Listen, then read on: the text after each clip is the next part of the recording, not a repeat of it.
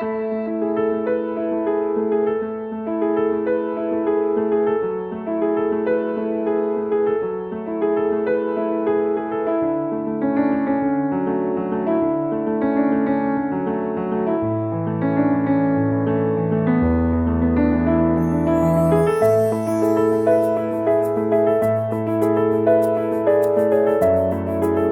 majority of Israel's population lives along the Mediterranean coastline, making it not only a source of nature and beauty, but also one of recreation, essential transportation routes, a food source, and a source of drinking water.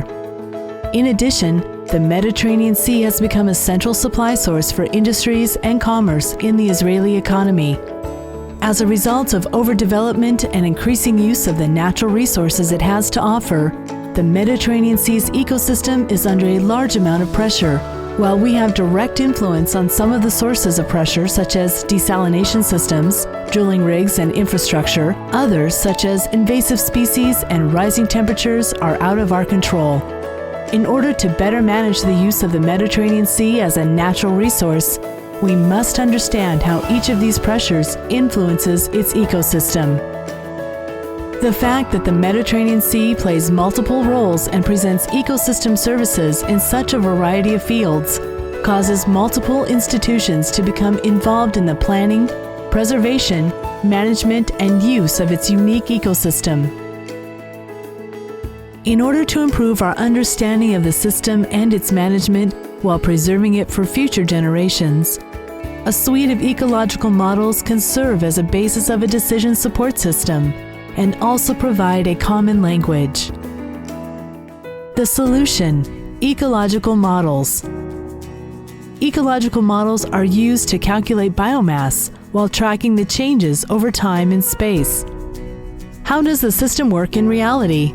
Here's an example. The Ministry of Agriculture wishes to test methods of increasing fish catch, for instance, by limiting fishing during certain seasons. How would this decision influence the ecosystem?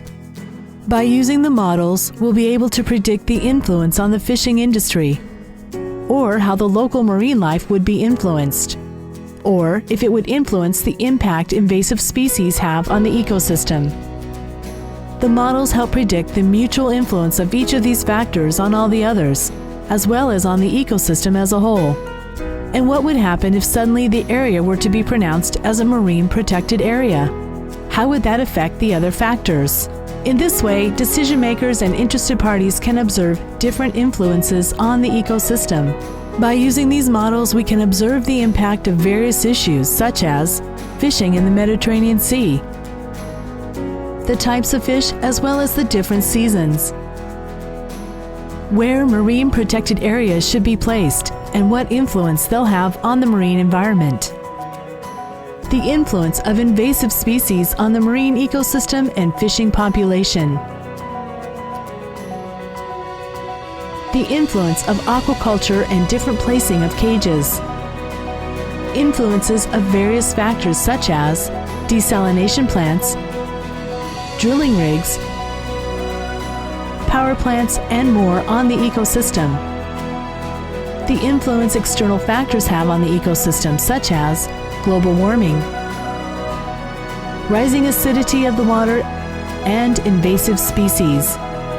The Levant basin of the Mediterranean Sea is very unique, diverse, and dynamic, its nature changing at an extremely fast pace. These issues and others have a mutual and complex influence on the Mediterranean Sea's ecosystem. Only by implementing a tool such as ecological models, we will be able to predict, understand, and observe the different processes in such a complex and sensitive environment. The ecological models we're developing will create a tool set helping us understand and manage the Mediterranean Sea's ecosystem while providing a common language to be used by all interested parties and decision makers.